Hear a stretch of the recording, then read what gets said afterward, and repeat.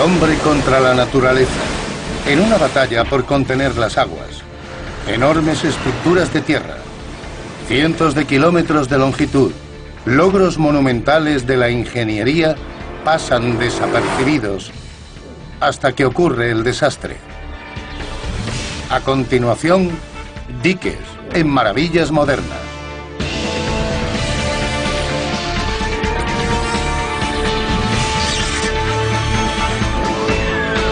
Maravillas Modernas, diques. La imagen es demasiado familiar. Inundaciones a gran escala, cuantiosos daños materiales, sufrimiento humano y muerte. Una tormenta terminaría por anegar los diques de Nueva Orleans. Los diques perdieron la batalla. Demasiada agua a gran velocidad. Cuando el Katrina diezmó las defensas contra huracanes de Nueva Orleans, los diques se convirtieron en símbolos trágicos de lo que puede ocurrir cuando creemos burlar a la madre naturaleza. Hay dos tipos de diques, los que han fallado y los que lo harán. El que diga que puede construir diques a toda prueba no dice toda la verdad. Las fuerzas que se combinaron para producir las inundaciones de Nueva Orleans son complejas. Pero los diques son relativamente simples en diseño y objetivo. De tierra, piedra o acero, se construyen para contener el agua. Los más comunes son enormes montículos de tierra. Cuando la gente empezó a construir ciudades junto a los ríos, se limitaron a apilar escombros para defenderse de las crecidas. Esa estructura es lo que nosotros llamamos dique. Realmente es un montículo de tierra. Para soportar la presión extrema que llega a ejercer el agua, los diques deben ser 10 veces más anchos que altos. El punto en el que la base del dique se encuentra con la tierra o el fondo del río se llama punta. Los lados del dique se van estrechando hasta formar la parte más alta o corona, rematada normalmente por una carretera. Se construyen donde la gente decide vivir, cultivar en tierras inundadas o junto a zonas costeras propensas a sufrir grandes tormentas o huracanes. La mayoría de los diques se levantan con capas de sedimentos o arcilla tomadas de áreas adyacentes a los ríos. Los de hormigón con cimientos más profundos son más resistentes, pero menos estéticos, peores para el medio ambiente y mucho más caros. El agua siempre encuentra el punto débil. Por eso los diques son propensos a derrumbarse. Las imágenes catastróficas de Nueva Orleans fueron una llamada de alerta para habitantes de zonas protegidas de todo el mundo. Esto fue especialmente evidente en Sacramento, capital de California, y hogar de 450.000 personas. Nueva Orleans y Sacramento tienen mucho en común. Un desarrollo urbanístico concentrado a la sombra de los diques y una zona lluviosa con gran pluviosidad. Si esos diques se derrumban, gran parte de Sacramento quedará a una profundidad de 6 metros o más, algo muy similar a lo que ya vimos en Nueva Orleans. Sacramento fue construida en la confluencia de los ríos Sacramento y Americano, ambos con una larga historia de crecidas en sus orillas. Toda la ciudad está rodeada de un sistema de diques de tierra diseñados para contener las inundaciones del invierno y las lluvias de primavera. Sufrió su primera inundación en 1850, cuando los ríos superaron barreras de 1 metro de altura construidas para contener el agua. En los años posteriores, roturas y grandes filtraciones sumergieron muchas zonas urbanas. En 1986, las grietas del dique al sur de la ciudad dejaron tirados a miles de automovilistas en la Interestatal 5. Pero estas inundaciones no fueron nada en comparación con la amenaza a la que se enfrenta actualmente la ciudad. Sus diques no solo necesitan mejoras y reparaciones. Un aumento en la frecuencia e intensidad de las tormentas en los últimos 50 años han puesto el sistema al límite. Una ruptura del dique junto al río Americano al norte de la ciudad sumergiría 30 metros el centro urbano. La mayor amenaza del dique de Sacramento proviene de las filtraciones, ya que el flujo de agua bajo el dique lo debilita hasta el punto del derrumbe. Cuando llueve mucho hay problemas de filtraciones. El sistema ha estado sometido a grandes presiones durante mucho tiempo y, francamente, nos preocupa. Especialmente en peligro está Pocket, un barrio densamente poblado situado en un recodo del río Sacramento. Aquí las casas se construyen junto a los diques, estructuras que ya muestran signos de erosión. Algunos habitantes han intentado reforzarlas con trozos de hormigón. Algunos vecinos han intentado detener la erosión colocando todos los escombros que han ido encontrando. Ahora estamos encima del dique. El río está muy crecido y tiene mucha fuerza. En el caso de que el dique se rompiera por aquí, esta casa y la que está a mi derecha desaparecerían en cuestión de minutos, dejando un agujero de 30 metros. Sus habitantes tendrían suerte de sobrevivir. Las secuelas de la ruptura de un dique se parecerían a las que diezmaron los barrios de Nueva Orleans. No hay fuerza humana que detenga la enorme potencia del agua liberada de un dique. Su violencia tiende a erosionar las estructuras adyacentes a él. Los problemas de los diques de California no se limitan a Sacramento. Los diques de la ciudad forman parte de un sistema de 9.000 kilómetros, testigo de cientos de rupturas en los últimos 20 años. Los diques de la zona del delta del río San Joaquín también están al borde del desastre. El delta se creó por la confluencia de los ríos Sacramento y San Joaquín, que desembocan en la bahía de San Francisco. Desde el delta se suministra agua dulce a 23 millones de personas, 2/3 del estado de California. Todo pasa por ahí. Es un laberinto de canales e islas artificiales usadas principalmente para la agricultura. La mayoría de las islas están por debajo del nivel del mar, rodeadas por antiguos diques de tierra construidos hace más de 100 años. Algunos se erigieron con mano de obra china y cestos de mimbre. En algunas zonas tienen unos pésimos cimientos. Esa es la razón de que los diques del delta sean proclives a los derrumbes. Un día claro de junio de 2004, uno cedió en una isla llamada Upper Jones Tract. Las riadas arrasaron 260 hectáreas de tierras agrícolas. Se inundaron 20 hogares.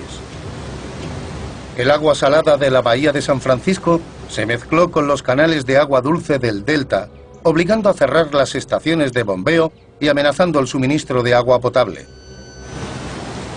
Pero esto es solo un ejemplo de lo que le depara al delta si se toma en cuenta la historia geológica de California. El mayor miedo es que se derrumben durante un terremoto. Quedarían destrozados. Si un terremoto puede hacer esto con una estructura de hormigón reforzado con acero, imagine lo que haría con una de tierra. En febrero de 2006, tras 28 días seguidos de lluvia, el gobernador de California, Arnold Schwarzenegger, declaró que el sistema de diques del estado se encontraba en estado de emergencia. Our levees are extremely vulnerable, as you know, and they're literally one big earthquake or one major storm away from a major Katrina-type disaster. El Estado ha aportado millones de dólares en fondos de emergencia para reforzar 29 puntos críticos. Sin embargo, se necesitaría mucho más para mejorar todo el sistema. Un dinero que es objeto de debate político y que puede que nunca se distribuya. El problema tiene difícil solución. No creo que se pueda contener el delta de forma indefinida. La solución para los problemas de California podría encontrarse al otro lado del Océano Atlántico, en los Países Bajos. Los holandeses son expertos en defensas contra el agua, y solo se necesita esto. La barrera Oosterschelde. 65 pilares de hormigón, 62 compuertas de acero. casi 6 millones de toneladas de piedra y un puente de 4 carriles que se extiende a lo largo de casi 5 kilómetros de la ensenada. Con un simple clic de ratón, esta barrera deja caer sus compuertas para impedir que el agua del Mar del Norte entre en el sur del país. Los holandeses se han convertido en maestros de la ingeniería hidráulica a gran escala porque el destino de todo el país depende de ello. Los Países Bajos, Holanda, como se conoce comúnmente, es un país más pequeño que Virginia Occidental. Limita con el Mar del Norte por el oeste y soporta el agua de los deltas de 3 grandes ríos europeos. Los Países Bajos hacen honor a su nombre, con casi el 50% de sus tierras por debajo del nivel del mar. Para mantenerse seco cuenta con un complicado sistema de diques y muros de contención. La mitad de nuestro país está por debajo del nivel del mar. Ciudades como Ámsterdam y Rotterdam están en la zona baja. Sin defensas costeras no existirían los Países Bajos. La amenaza más inminente proviene del violento oleaje de la marejada ciclónica. Se asocian normalmente con tifones y huracanes. Y es más destructiva cuando la marea está alta.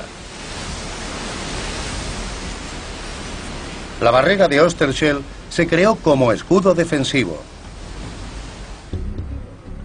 Todas las operaciones se dirigen desde el centro de control.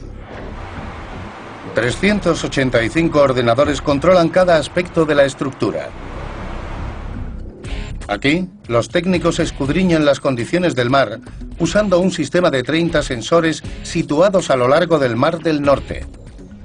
Si ellos predicen una marejada que supere los 3 metros, un operario cerrará las compuertas. Y si el ser humano no acciona el interruptor, un ordenador lo hará. Cuando se toma la decisión de cerrar la ensenada, unos enormes cilindros hidráulicos bajan lentamente las compuertas, bloqueando las olas. El proceso tarda 80 minutos en completarse.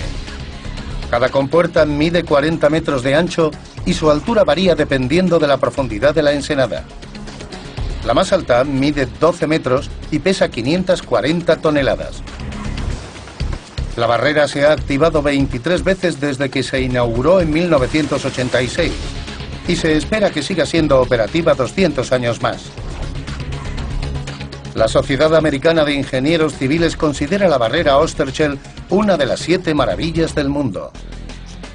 Aunque con un aspecto futurista, la barrera representa una tecnología de hace 25 años. Desde su finalización, los holandeses han desarrollado modos aún más visionarios de controlar el agua.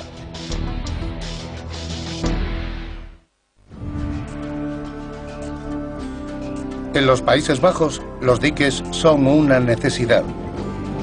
Había más de 2.000 kilómetros de ellos junto a canales, riberas y costa. Si añadimos un sistema de barreras antioleaje en las ensenadas del Mar del Norte, vemos que el país está rodeado de un escudo de defensa sin fisuras. Pero hasta 1997, los Países Bajos seguían teniendo un punto vulnerable: un canal de transporte llamado New Waterway. El canal, de 340 metros de ancho, desemboca en el puerto de Rotterdam, uno de los más concurridos del mundo. El lugar requería una barrera que permitiera pasar barcos grandes, pero que siguiera proporcionando protección contra las olas. La solución era sencilla en concepto, pero compleja en ejecución. 2 puertas gigantescas que se cierran cuando se necesita y se abren cuando así se decide. Es la barrera Maasland, y todo en ella es enorme. Cada brazo en forma de A mide 230 metros de longitud, más de 2 campos y medio de fútbol, y usa 2 veces más acero que la Torre Eiffel. Los enormes muros de contención miden 7 pisos de altura, y cada uno mide 210 metros de longitud. Los brazos y muros de contención pivotan en el canal sobre la articulación más grande del mundo. Tiene 10 metros de diámetro. Esta articulación está hecha como un hombro humano. Funciona igual. Tiene que hacer 3 movimientos al mismo tiempo, vertical, horizontal y también sobre sí misma, ya que soporta un gran peso encima del New Waterway durante las operaciones de cierre. Protegido por su propia cámara de ambiente controlado, la articulación es una maravilla de la tecnología. Debe funcionar con precisión de relojero mientras soporta una presión de 70.000 toneladas.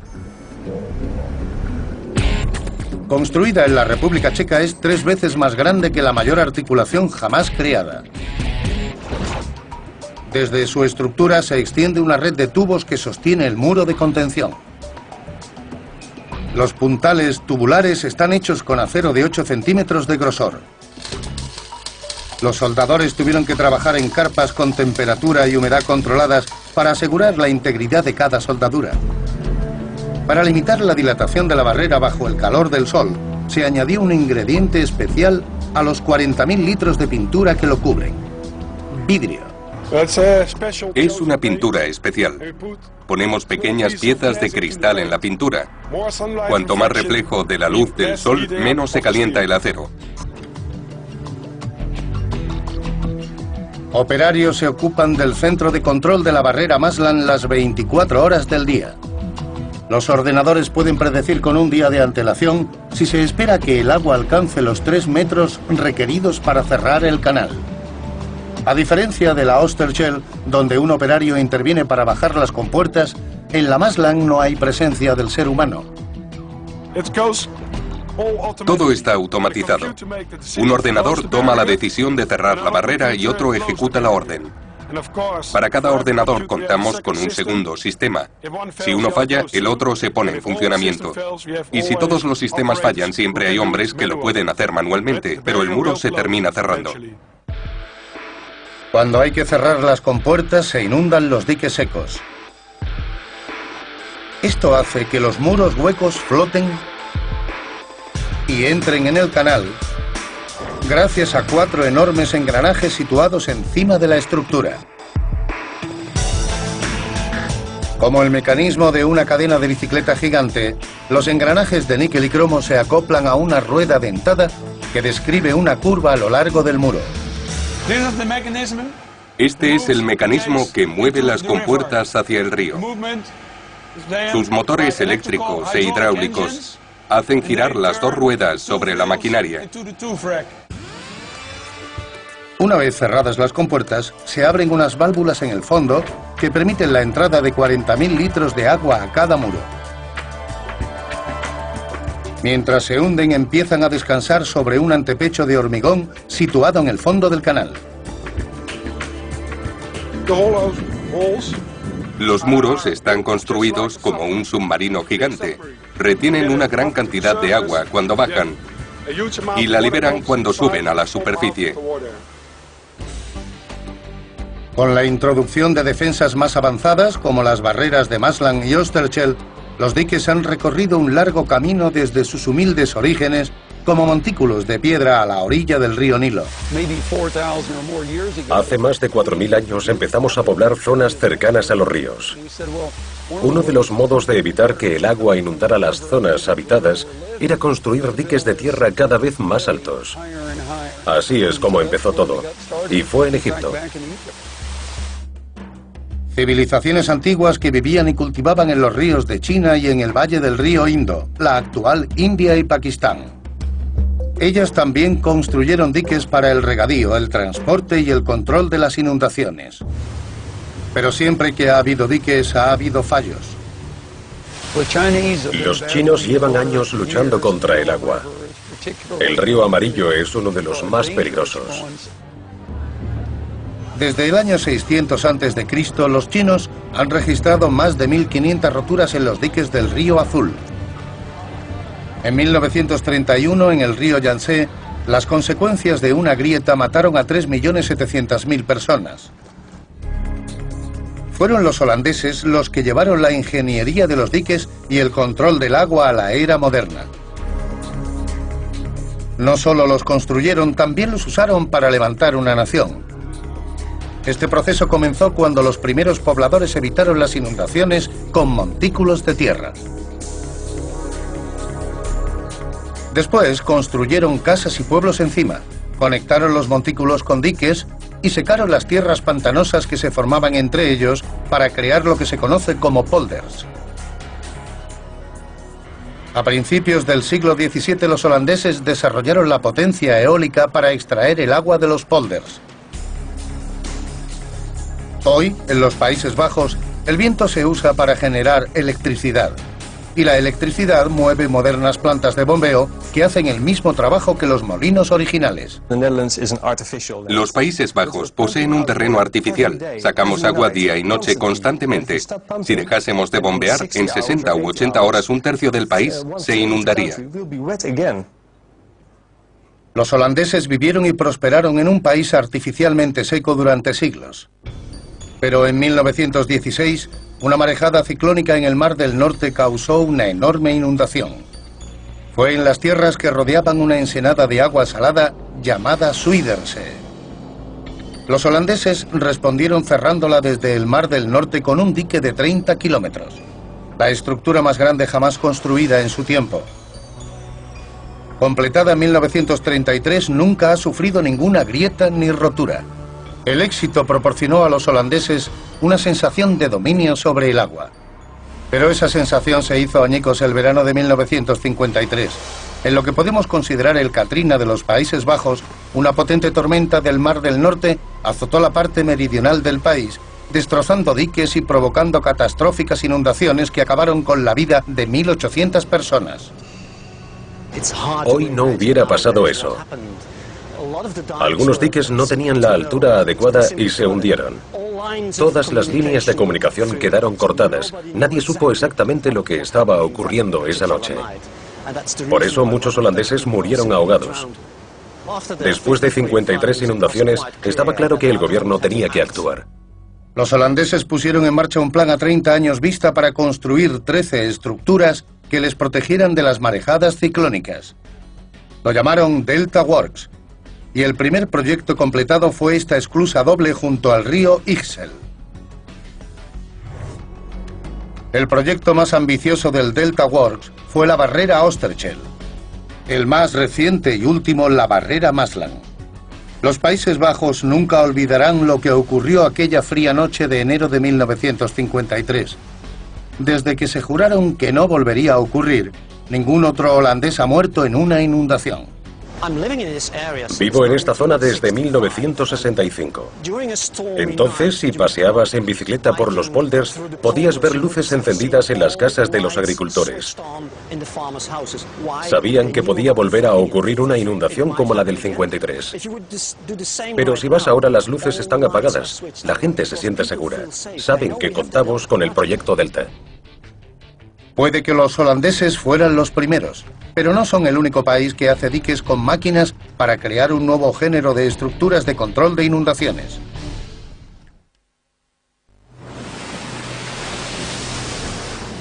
La misma tormenta de 1953 que marcó un punto y aparte en la planificación de inundaciones de los Países Bajos, también azotó el sur de Inglaterra.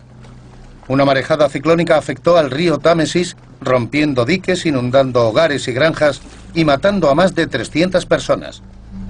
El agua se detuvo antes de llegar a Londres, impidiendo un desastre urbano mayor.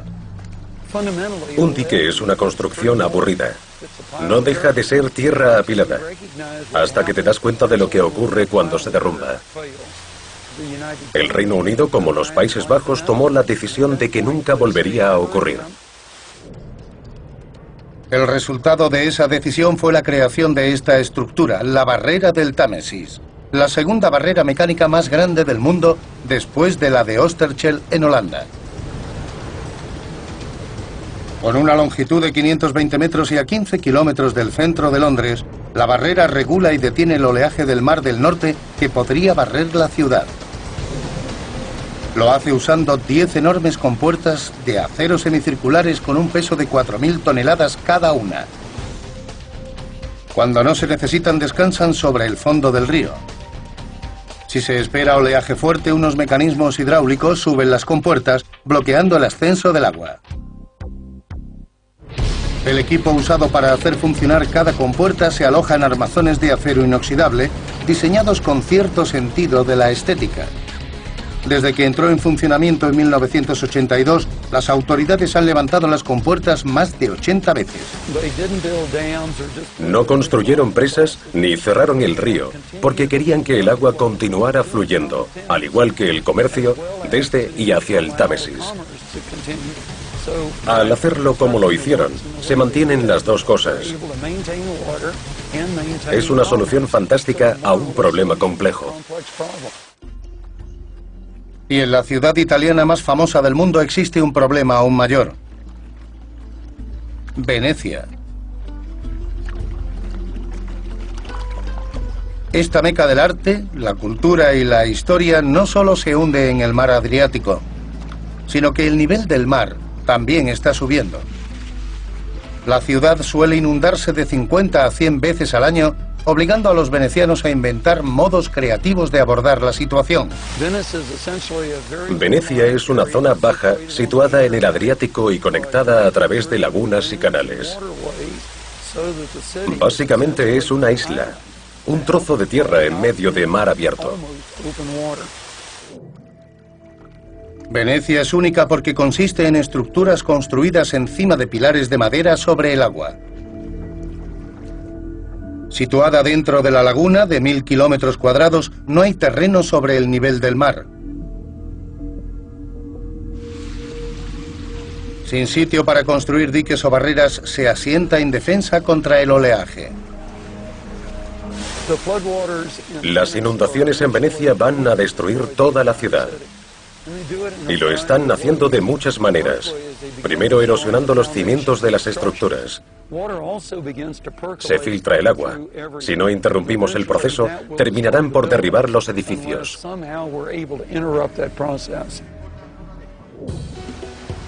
En noviembre de 1966, los venecianos se despertaron alarmados cuando el agua alcanzó una altura de casi 2 metros.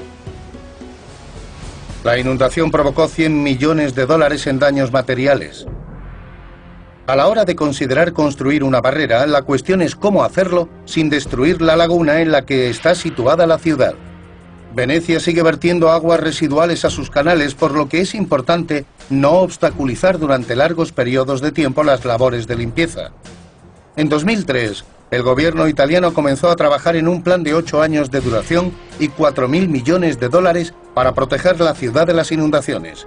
Lo llamaron Proyecto Moisés, en honor al héroe bíblico que dividió el Mar Rojo. Venecia está protegida del mar Adriático por una serie de islas que contienen 3 pequeñas ensenadas. Ya se ha completado el primer paso: construir rompeolas en las orillas de cada una. La siguiente fase requiere de la instalación de puertas huecas con bisagras llenas de aguas del mar Adriático que descansarán dentro de muelles en la abertura de cada ensenada. Si se predijese la llegada de una ola de más de 1 metro, se inyectaría aire comprimido en las compuertas. Esto haría salir el agua, haciendo que las puertas flotasen y saliesen a la superficie. Cada una de las 79 puertas medirá 20 metros de largo y 5 metros de grosor. La más alta tendrá la altura de un edificio de 10 pisos. Cuando estén terminadas, las puertas de Moisés dividirán el mar de 5 a 7 veces al año. Elevándolas en los momentos más críticos, el flujo y reflujo de la marea apenas se verán afectados. Las puertas de Moisés y la barrera del Támesis son grandes avances en el campo de la protección contra las inundaciones, pero ninguna barricada es impenetrable. La naturaleza siempre es capaz de producir tormentas que pueden anegar los sistemas de defensa con consecuencias catastróficas.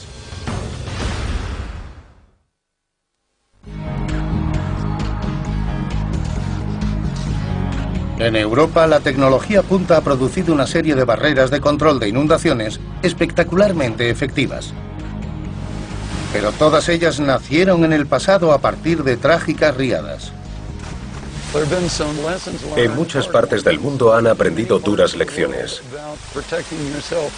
Los Países Bajos, Venecia, la barrera del Támesis son claros ejemplos de lo que se puede hacer para que no vuelva a ocurrir, para hacerlo bien. Pero en Nueva Orleans no se había hecho nada.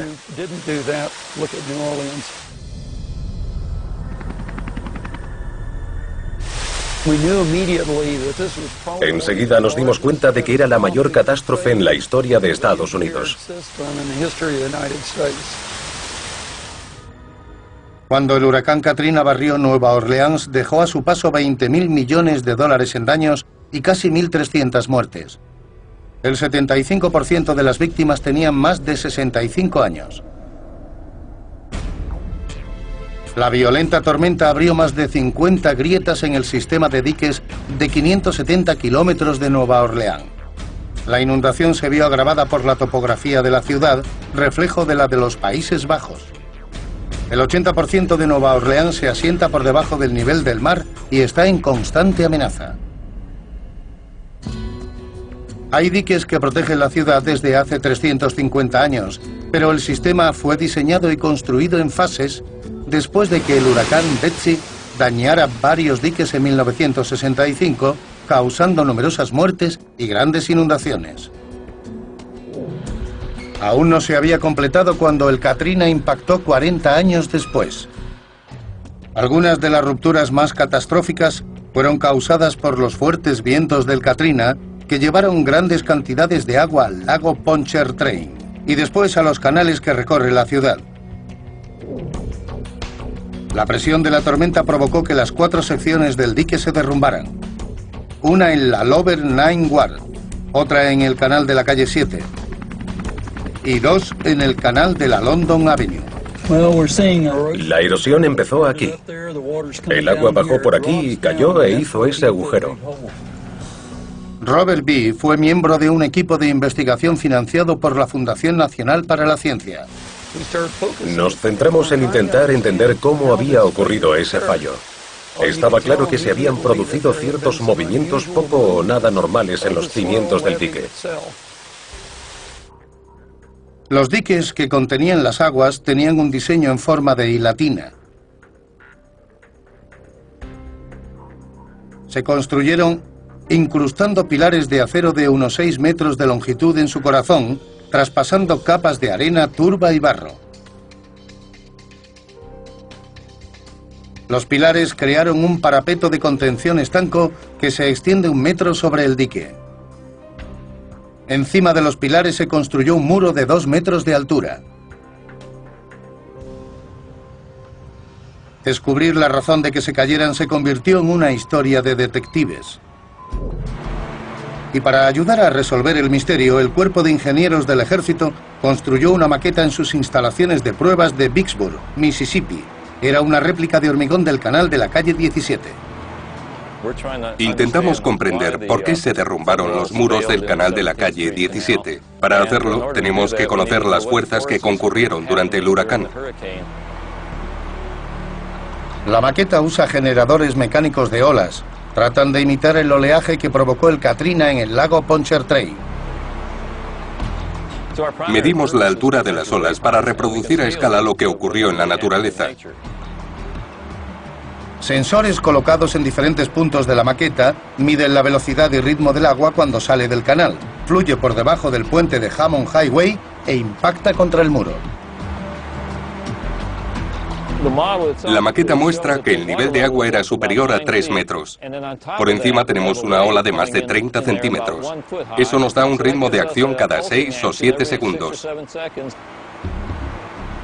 El equipo hidráulico recogió datos de sus pruebas y se los pasó a los expertos geotécnicos del ejército. Los técnicos construyeron una maqueta a escala 1,50 del dique del canal de la calle 17, usando un trozo de turba de la zona de la fractura. El muro en forma de I latina está representado por una placa de aluminio de medio centímetro de grosor. Para la prueba, los científicos usarán una de las centrifugadoras más potentes sobre la Tierra. Cuando se instaló la maqueta en la centrifugadora, las videocámaras permitieron a los técnicos observar y grabar los resultados del experimento. La Tierra depende del estrés que soporta. Hay que demostrar cómo responde. Con esta máquina podemos representar los niveles de estrés que soportó la presa de la calle 17.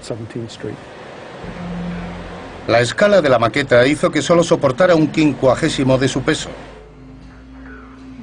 Para aumentar el peso a niveles normales, la centrifugadora genera 50 Gs, 50 veces la gravedad normal. La fuerza centrífuga empujó al agua contra la maqueta del muro en Y a la misma presión relativa que las tormentas del Katrina. La prueba mostró que se había formado un vacío entre el lado del canal del dique y el muro. Cuando se abrió el hueco, el agua empujó aún más el muro en Y, haciendo que se inclinara. Este vacío inició el derrumbe. Esto y la debilidad del terreno hicieron que las 4 paredes se derrumbaran. El muro estalló y el agua lo destrozó todo. Cuando rompió las paredes de hormigón, desaparecieron los obstáculos y entró a gran velocidad. En un informe presentado en junio de 2006, el Cuerpo de Ingenieros del Ejército y un equipo de investigadores independientes concluyeron que la tierra que soportaba los diques no se había probado de forma adecuada antes de la construcción de los muros en Y. En consecuencia, eran inseguros, y el Katrina los destrozó causando un efecto devastador. Para evitar que futuras tormentas impacten en los muros de los 3 canales restantes, el ejército ha erigido compuertas donde los canales se encuentran en el lago Pontchartrain. La estructura que ven es el armazón de las compuertas gigantes. Se abren con la envergadura total del canal de la calle 17. En cada una habrá una puerta de 3 centímetros de grosor, que el cuerpo de ingenieros hará descender ante una eventual tormenta como la que ocurrió durante el huracán Katrina. Eso evitará que el agua entre en el canal y protegerá a la ciudad. Junto al canal de navegación del puerto, junto al Lower Ninth Ward, el equipo ha sustituido los muros en Y por un diseño más robusto llamado muro en T. Está compuesto por pilares de acero incrustados en el dique hasta una profundidad de 23 metros y en ángulos, como soporte adicional. Los pilares aseguran los muros de hormigón que se colocan en forma de T invertida. Además, el Cuerpo de Ingenieros del Ejército planea actualizar todo el sistema de protección de Nueva Orleans en los próximos años. El precio será de casi $4.000 millones. La lección más importante es que o pagas un poco ahora o mucho más en el futuro. Merece la pena estar preparados. Aunque suene a lema de los Boy Scouts para solucionar los problemas de agua. Las defensas de Nueva Orleans fueron diseñadas usando datos del clima de 1965 y anteriores. Pero los científicos ven cada vez más signos de calentamiento global y aumento del nivel del mar, por lo que algunos urbanistas prevén nuevas formas de vivir con más agua.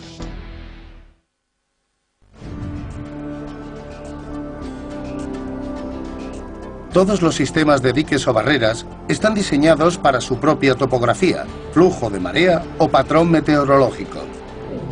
No hay dos iguales, y todos ocupan espacio en el mismo planeta. Y los numerosos estudios han demostrado que el planeta está sufriendo cambios. El cambio climático. Los científicos han demostrado que el clima está cambiando. El planeta se ha calentado de forma significativa en los últimos 50 años y continuará en los próximos 100. Dos estudios realizados por el Centro de Investigación Atmosférica y la Universidad de Arizona concluyen que los glaciares terrestres y los casquetes polares se están derritiendo a ritmos acelerados. Ambos informes predicen que las subidas de las temperaturas pueden aumentar la frecuencia e intensidad de los acontecimientos meteorológicos extremos. Tormentas, sequías y huracanes entre ellos. El cambio climático tiene un gran impacto en los diques. En los situados cerca del océano, como en los Países Bajos, Mississippi, Sacramento o San Joaquín, el aumento del nivel del mar va a ser significativo, y nuestro actual sistema de diques no podrá soportarlo. Con un país tan vulnerable, no es sorprendente que los holandeses sigan buscando nuevas soluciones. temen la tormenta perfecta. Una marejada ciclónica del Mar del Norte exigiría que se cerraran todas las esclusas del Delta Works. Pero los ríos crecerían por las lluvias y las nieves derretidas de los Alpes. El agua no tendría a dónde ir, convirtiendo todo el país en un inmenso cuenco de sopa. Si no le damos espacio al agua, se lo tomará. En los Países Bajos no dejamos de buscar métodos para dar más tierra a la naturaleza porque el agua necesita espacio. En previsión de un desastre, los holandeses están alejando los diques de los ríos para dar al agua un lugar a donde ir. Cuando terminen habrán asignado 4.500 metros cuadrados a zonas inundables, lugares a donde no se permitirá la construcción de nuevos hogares, con una notable excepción. En el río Maas, en el pueblo de Maas-Bommel, se están construyendo casas junto al río. Pero no importa cuánto suba el nivel, estos residentes no tienen de qué preocuparse. Viven en lo que llaman casas flotantes, hogares tan cómodos sobre tierra como sobre agua. El secreto reside en sus cimientos. Cajas estancas de espuma y hormigón. Los pilares clavados en el suelo estabilizan las casas, por lo que en caso de crecida, la casa sube al mismo tiempo que el agua. Una casa flotante es completamente segura. En caso de inundación, se puede seguir viviendo dentro. Solo hay que preocuparse de no tener el coche aparcado en la puerta. Si el nivel del mar continúa aumentando en el globo, las estructuras a prueba de inundaciones serán alternativas viables a los diques. El arquitecto Cohen Altius es cofundador de una empresa de diseño llamada Water Studio. El concepto de casa flotante de Cohen parece sacado del futuro, pero ya se está llevando a cabo. En una zona de canales a las afueras de Ámsterdam, los obreros dan los últimos toques a una de las creaciones de Cohen. Estos son los cimientos de la casa. Está flotando en el agua. Cuando el agua sube, la casa sube con ella. Y cuando baja, desciende. No hay problema. Vivir en esta casa es como vivir en un barco. No parece probable que nos mudemos a estas casas en un futuro cercano, por lo que hay que encontrar soluciones inmediatas. Puede que los gobiernos deban construir defensas alrededor de las zonas costeras. Sin embargo, la gente que vive detrás de los diques continuará estando donde siempre ha estado, a una tormenta de la catástrofe.